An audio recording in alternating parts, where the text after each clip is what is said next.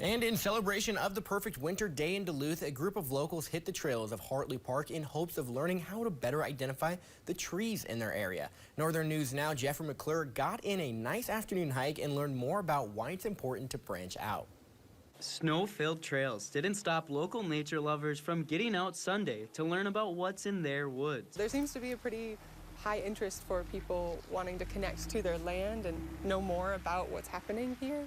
Moss Cupper is an educational coordinator and hosted the Voyagers Conservancy Wild Teachings and Learning session, which focused on tree identification in the winter seasons at Hartley Nature Park. The sessions are geared towards educators and outdoor learning, but according to Cupper, everyone can get involved. And the idea for these classes is to increase comfort of learning and teaching outside. We have such beautiful land here in Duluth, so it's really lovely to be able to connect people to their place. Hannah Plord was one of those curious individuals and has lived in Duluth for 12 years, but still loves seeing what's out there. I mean, I think about it every day. It's not something that I am totally used to, and I'm grateful for it all the time because it's just amazing that we have so much wilderness at our fingertips and such different variety, too.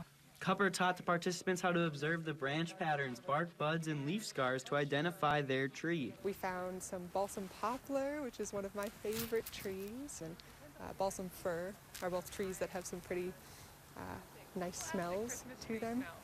We also talked about pine trees and fir trees and spruce trees, the difference between identifying those evergreens. But they took time to observe what grows on the trees as well. About raccoon poop fungus, which is a fungus that only grows on fruit trees like pin cherry.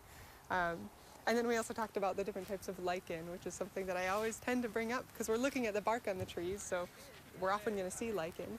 With the help of Cupper, the group is now more connected to the area they live in. So I just kind of wanted to start looking at more educational classes on how to learn and not just like Googling in the moment. Something special about being in the world that we live and not shut off in these little boxes. We want to connect people to their land and increase accessibility for teaching and learning outside.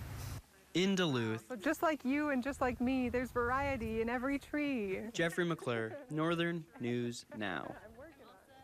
The class hiked all the way up to Rock Knob, stopping and, of course, identifying the trees before taking in the scenery and doing a drawing activity.